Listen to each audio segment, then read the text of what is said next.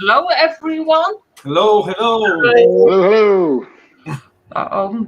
Tonight we are traveling to another country. Welcome, everyone. So tonight we are traveling to Belgium, and we are going to meet power metal masters from Belgium, Iron Mask, and we will speak with Mike and Dushan. Hello. Welcome, guys. Thanks a lot. Nice. So first, let's go for introduction, guys. Mike and Dushan, could you say very short who you are and who is Iron Mask? Well, hi guys. I'm Mike. I'm the singer of Iron Mask. In fact, actually the new singer. So Master of Masters is the first album where you can hear me sing on it, and I'm looking forward to many more albums to come. So I hope you enjoyed Master of Masters, and yeah. Dushan. I'm Dushan. I'm the guitar player, songwriter of Iron Mask for almost 20 years now. And I'm living in Belgium, and I'm very happy to have you tonight. Thanks a lot. Cool, guys. Hello, and from me. So, I'm going to make a same question for you both. Can you tell me how you start to listen to metal? We can start from Dushan. And what was your first band? My first band, I think it was Iron Maiden, and I think Gary Moore, and that was really in the early 80s, when I was doing hard rock and not the blues stuff.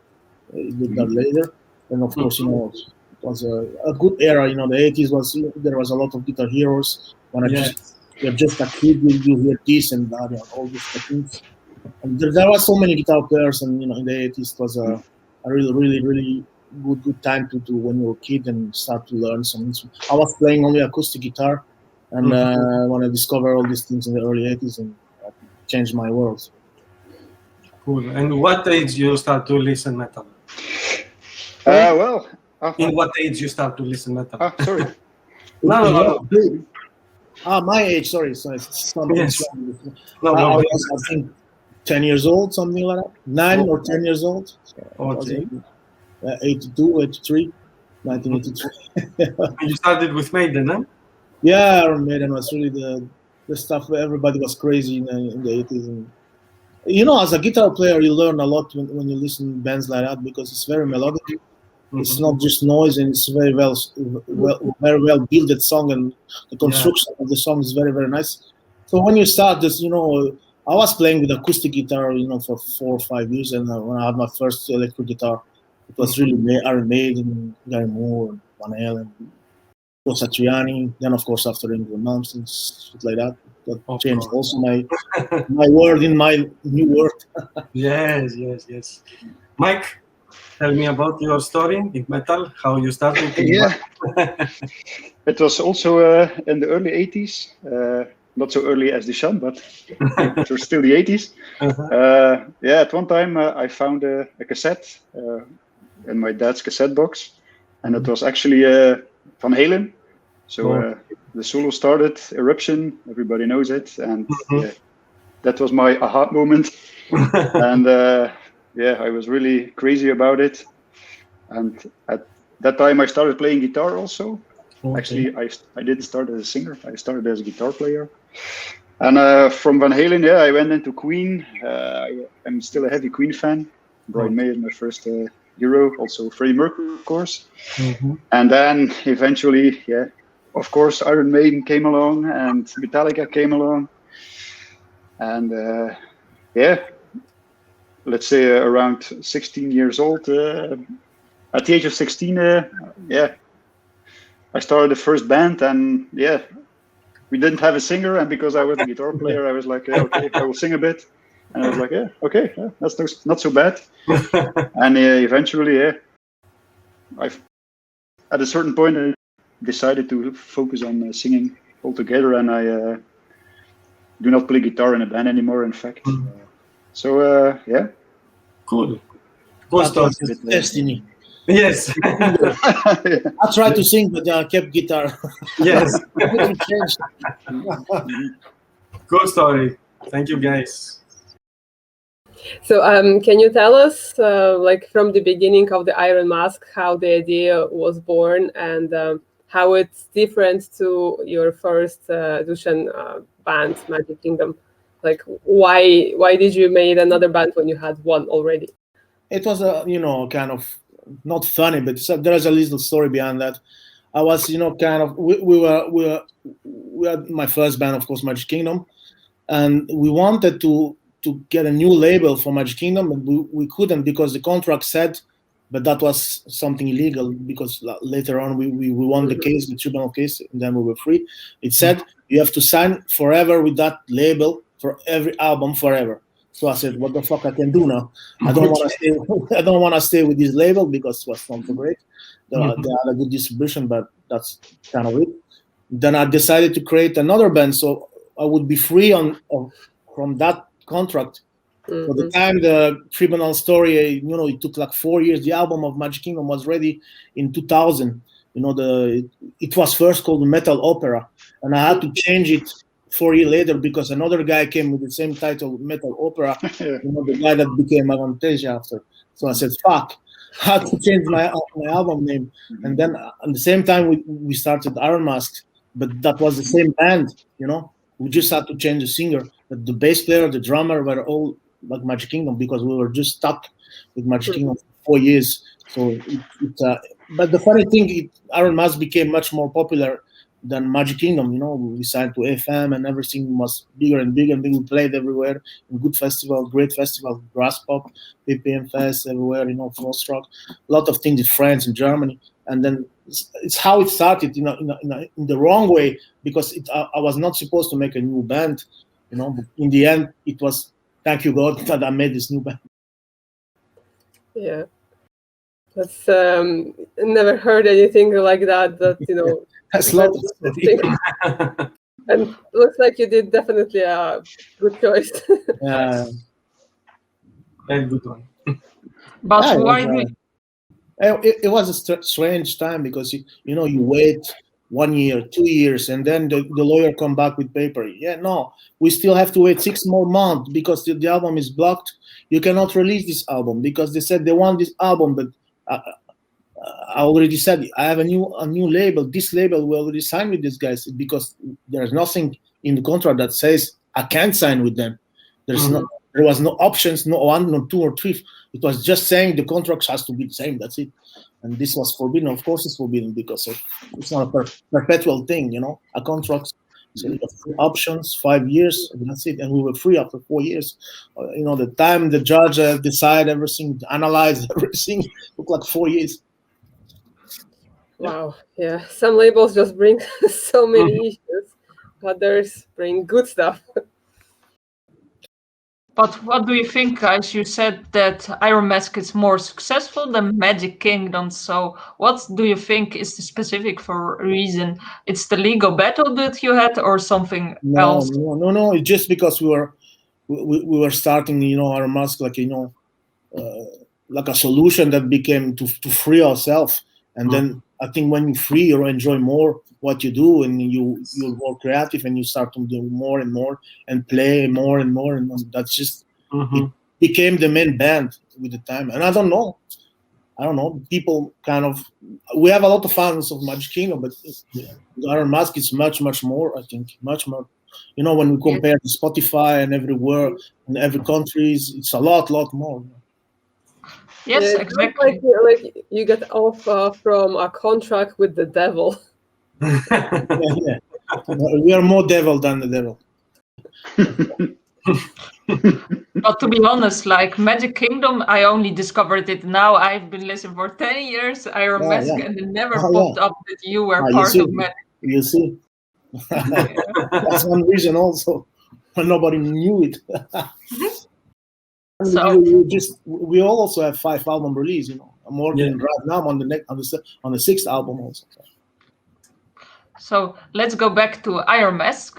About you are neoclassic power metal, which I never understood what it meant. So I was wondering, could you tell us more about it?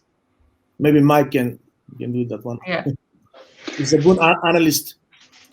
Well, actually, I'm a big fan of yngwiemalmsteen too. I think if you mentioned classical heavy metal, yeah, everyone at first thinks about Malmsteen, I think, and yeah, it's heavy metal with a lot of influence, yeah, taken from classical music, right, Dushan? Special scales and everything, and it's more focused on the guitars. On the guitars, you know, some bands that call them symphonic. Sometimes you don't even have a guitar solo in their song. But if you call yourself neoclassical, you should have a solo for sure. And even if it's 30 seconds, you should have a guitar solo. That's neoclassical is based on guitar, and all around this guitar could be symphonic arrangement. It could be, you know, even not only. You know, it could be also extreme vocal, you know, death vocals, black metal vocals. You can mix everything with neoclassical guitars, but most of the time, it's a melodic voice, you know. And I see it it's still symphonic, but more guitar oriented, much more than just symphonic music, which is just, you know, you can put a lot of, you know, moods from symphonies, or, you know, cinematic, you know, moods, and you can call yourself symphonic. It's no problem with that, but it's not right. Just neoclassical. That's the main difference. It's more based on a guitar solos, guitar virtuoso, you know. But really, the style used is in fact really classical minded.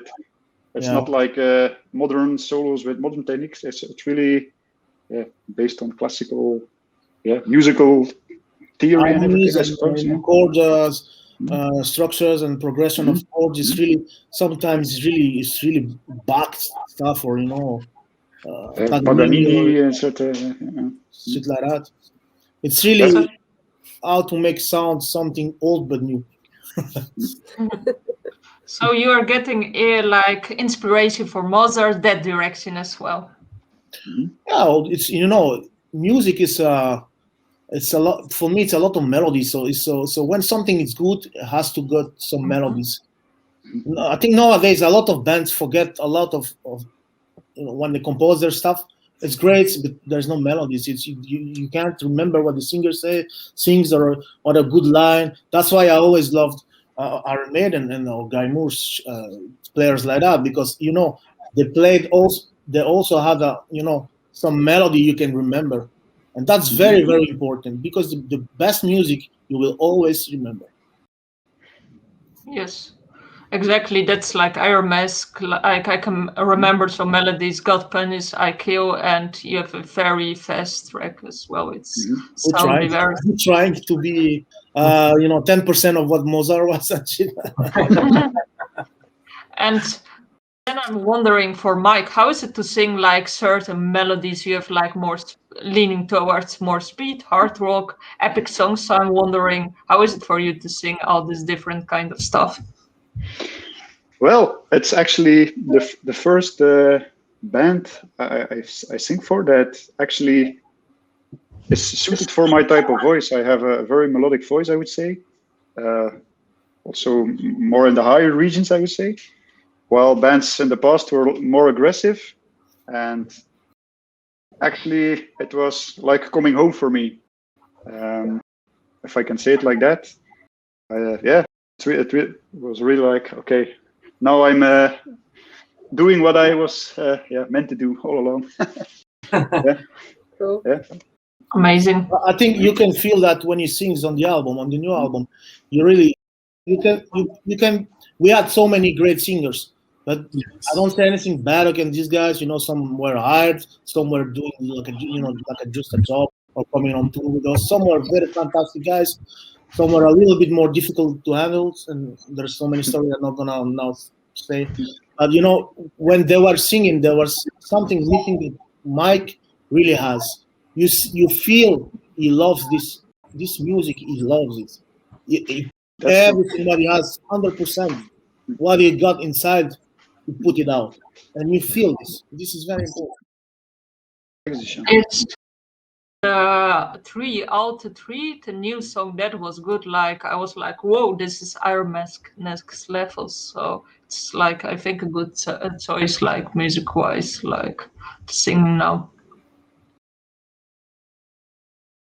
So would you say in Mike that you found your missing piece to make the band like complete? I think after almost next year is going to be 20 years of Iron Mask, and I think, like I said, we tried and many things. Some people promised a lot and they didn't keep the promise. I think Mike is, I think it's the piece of the puzzle that was really missing for a long time, because we already played live a few weeks and also live great. And when we recorded this new album, it's like we knew each other like 25 years. It was great, went smoothly, it was fast, understood all things. Everything was quick and easy. It was no problem at all. It was a pleasure. Yeah, I can confirm it was really very productive. In fact, we were working together on fine-tuning the melodies you came up with. Yeah, it's awesome. Awesome. I was missing that feeling because after many years, I always record the drums face to face, but sometimes the singer has just sent my vocals online and they record home, and I was missing because sometimes it was a Los Angeles guy or in Argentina, but so it's easy comment. We're gonna do it here in Belgium, and we just did it. I was missing this. It's just really the best to work on studios to be face to face and feel like it's much better. Awesome. We are very happy that you finally complete. We're happy that you're happy. I'm happy as well. I'm looking to the new album, which will be, I think, much better. Like you will progress, and Mike is like singing as well. So Dushan, I'm wondering, like you mentioned, you started playing guitar somewhere in the 80s when you started listening to metal. But how did you choose this instrument? Like, did you wanted it? Did you see somebody and you wanted to try? How did that happen? Actually, I was also playing drums and bass, so I was playing everything. I was learning 3 instruments at the same time, and I love drums, I love bass, but I really love guitar. So that's my favorite thing. And I think my oldest brother, I have 3 brothers and 1 sister. He had an acoustic guitar, and when I was 4 or 5 years old, I took that acoustic guitar and I felt something that was coming inside of me. It grabbed me, and I just loved the sound of this instrument. And I decided I want to be a guitar player. Okay, first year was only acoustic, but when I had my first electric guitar, it was really, fireworks. I really enjoyed playing like 12 hours a day and skipping school and stopped playing football just because I was playing a guitar all day. Okay. My mother was not happy.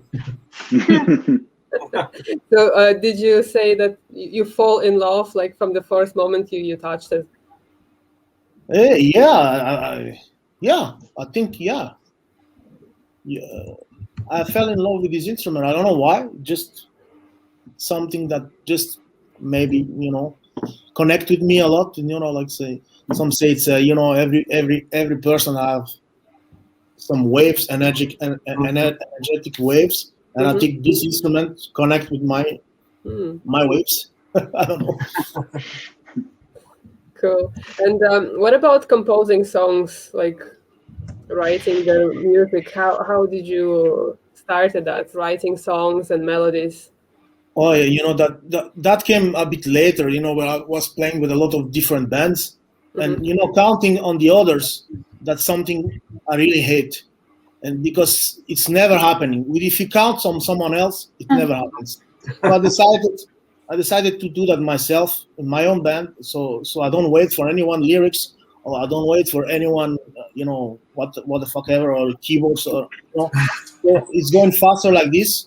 And when you're forced to do something like that, you're alone. Like, you have a page, a white sheet of paper, and if you're a writer, you start to write. What's you going to write? Okay, then you have to learn yourself what you're going to write. The music is like that. In the 80s, we didn't have the internet, or, You can buy some cassettes, a player, and put in cassettes and learn some theories in the books, but it was, much more difficult if you don't have a teacher, because I never had any teacher in my life. So you have to read a lot, read a lot of theories, a lot of things, ask wherever you can, music schools and theories and shit like that, and how I started to write my music, and also of course listening a lot of the bands, and okay, that sounds awesome. I want to do something, not do the same, but something that that vibe, and not listening guitars and putting the vinyl again and again and again till I could spend 5 days just to learn one solo, and people say, "You, what the fuck are you doing? You come have a drink with us." No, I want to learn that solo. Come on, man, it's Friday night. Come on, I want to learn that solo. That's crazy. Amazing story. So now I'm wondering, Mike, you sing everything that Dushan presents to you, every lyrics, or you say sometimes something this could be done differently? Well, so this was the first album, so most of the things indeed were already laid out by Dushan. However, while recording from time to time, I'm like, Dushan, these 3 words are really, really hard to sing. Sometimes can we find something else? That's why I was saying it's much better to record face to face, because some things are difficult to sing in that way with those words on that. Words when you talk, it's notes. It's notes, and some words in English doesn't fit that note, and we have to change some words because it doesn't fit in certain notes. It's chromatic. It's just like I said, it's waves. And you need the perfect word to reach that note, and otherwise sound different, sound not good. And we changed a few things like that. It was very good. Yeah, here and there. I've had some ideas regarding harmonics, like backing vocal melodies here and there. And it surprised me like hell, because one of the thing was, can you have a little, high scream over there, and it started. I thought the glasses in the studio gonna explode. It was okay. Yeah. Can you redo this? Wow. Yeah, those are always the funny moments in a studio when the high pitched vocals have to be done. Yeah, the backstage are always the best stories. Yes, backstage. So, Dushan, as you mentioned before, about keyboards. So you play keyboards also? I'm not a real piano player. I just play chords. I do. I'm not a fast keyboard player. I do.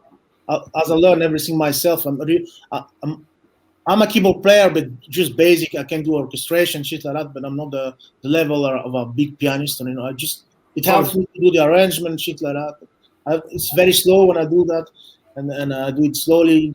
I build a good orchestration. It's a lot of work, and But like I said, you can't only on yourself when you do something. It's better. I'm sure it's gonna be done. You want it to be one man show, one man band? No. It's I'm used to work this way because it's like I have a vision for the Iron Mask for 20 years, and now I wouldn't think even to take a second guitar player and say, okay, let's do some blues or rock. Our Mask has a sound, and we have to keep that sound. Do you think I'm not against? Of course, I'm not against. Like Mike said, we change stuff, we rework some shit and change some things. But the basis has to be there. Do you think you could add another instrument on the band? Like violin? Do you think you could add another instrument in the band? No. Like I said, I'm good at guitar, but drums and bass, the Rami and Vasily are the best guys I know for drums and bass. They're great guys, and Mike is a great singer. We just don't have a keyboard player, because with the keyboard we do it live with the the sample, so for the moment it works like that. You could play keyboard and we had keyboard player in the past, but, together. The problem is, I'm gonna be honest with you. It's nice to have 5, 6, 7, 8, 9 guys in a band. It's nice, of course, it's nice. But when a guy say, "Okay, you come play in Mexico, please come play in Mexico," but you have to pay your flight tickets. You wanna pay flight tickets for 8 or 9 guys. So it's always the shit, the money. It's always the money that rules the world everywhere. It's just money. So okay, sometimes we take a risk. We go play in South America. If we have the money in advance, that's great. But sometimes we have the money right at the gig. So the less risk you have is to have the less people in the band. That's the bands that don't say that, they're lying, because that's the truth. Even for bigger bands. Okay, not Iron Maiden or Metallica, don't give a fuck. Bands like us, 80% of the bands are like us, not Iron Maiden or Metallica. Good stuff. So all the money goes to the quality, like small, keep it under 2 Yeah, you have to keep the quality, like please the people, and when we can have more money for a gig, we can have more people on stage. We can have backing vocalists. We can have one keyboard player if you want. We can have everything. It all depends on the offer of the promoters. Sometimes it's very So far 4 guys on stage. We survive like this for many years. We can do a lot of gigs and please everyone. Promoters have money for us also, and have the flight tickets paid. Amazing. And you fit nicely in a small stage like venue. Yeah, that's true. Not falling off. Right. Cool. Mike, you mentioned before that when you started singing, that was a bit late because you started with the guitar. But I'm wondering, did you take any lessons? How did you start singing? And what kind of warm-up technique do you do before? Yeah, it was a kind of a journey for me, in fact, because the first years, if you would listen to the cassettes from back in the day, oh my God. But yeah, I heard all these amazing metal singers with lots of resonance singing, really loud, and I was like, how the hell do they do that? You have to be born like this to be able to do it. And never would I have thought that taking lessons would increase your technique to a certain level that you can also do these crazy singings. And in the beginning I was just doing like many singers do. I just sing a bit and get tired after 1 hour, lose your voice after a show. And then I don't know what the tipping point in fact was. At some point I started YouTubing and started researching in fact on the internet what do other singers do, and then I found some coaches on the internet that blew me away with techniques that they presented to be able to belt and bring this really fully voice and sound. And I tried some tips they gave, and suddenly it was like, oh my God, I can do this too. And I could already sing, of course, but it was like from here to there. And I kept practicing, and I still feel I have to learn so much more, especially for being able to do like tours. If you have to sing for 2 weeks every night, it's I think a whole other ball game. But I'm still learning, in fact, all the time, and I do some warm-ups, indeed. But I'm not an expert at all, so I don't want to give bad tips to other people. Most of the time I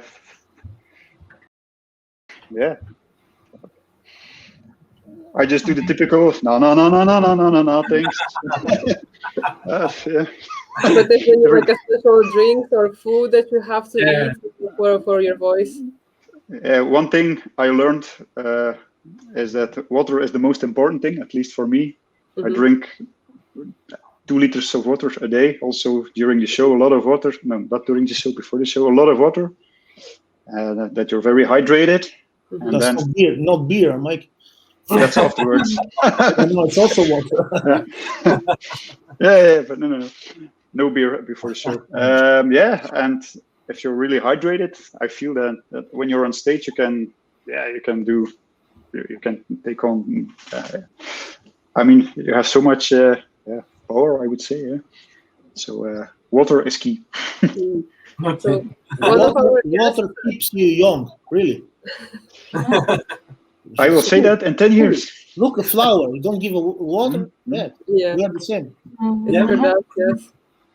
But one of our previous guests mentioned that a bit of red wine also do magic for voice. Yeah. A bit of whiskey. Yeah. A little bit of Since really. Bourbon, a little bit. I don't know Mike whiskey do it, but for me it works. I sure want to try it and let you know, because I'm ready. At a certain point, I lost my voice during a show and in the middle of a show, and it was really frightening. And I'm still a little bit scary when I do shows now that will happen again. I know what I did wrong, but still, as a singer, if you're on stage and suddenly you cannot say anything anymore, it's really, really strange and awkward. And what did you wrong? Yeah, I was shouting too much, in fact.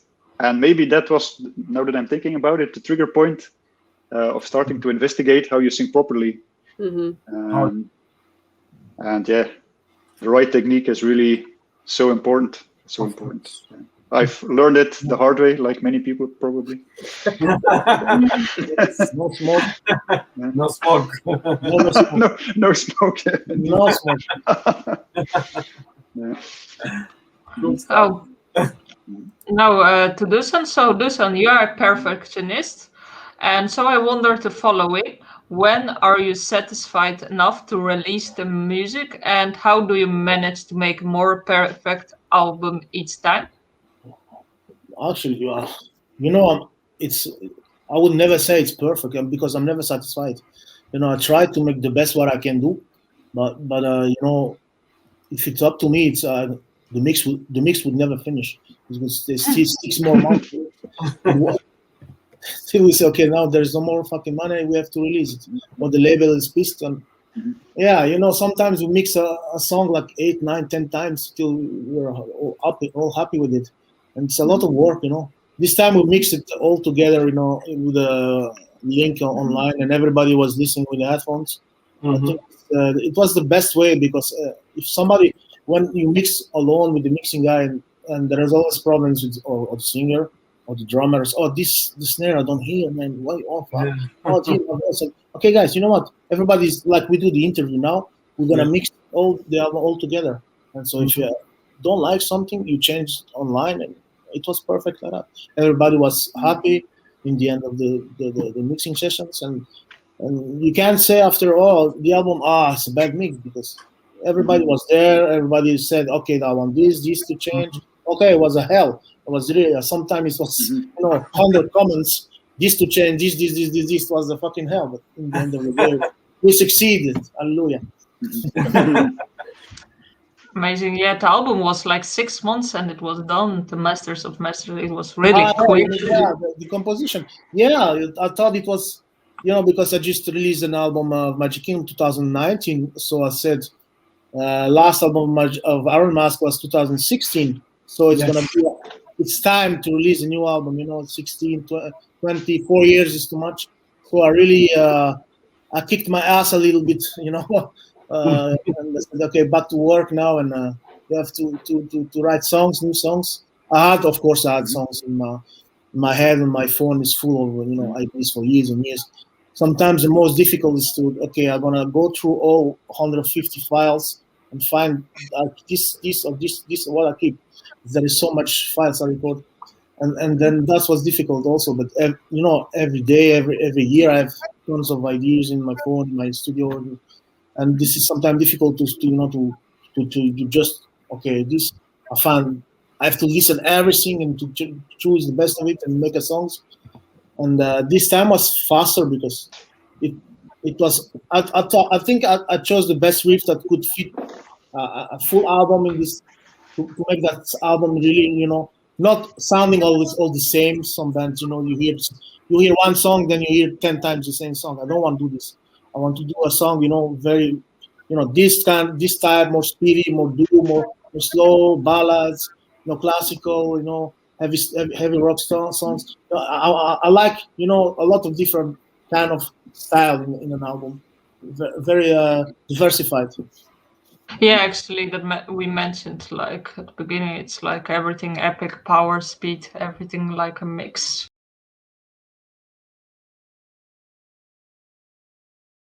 So I'm wondering, Mike, how did you contribute to make the album more perfect? That's a good question, in fact. What is perfect? What is perfect? That's the first thing.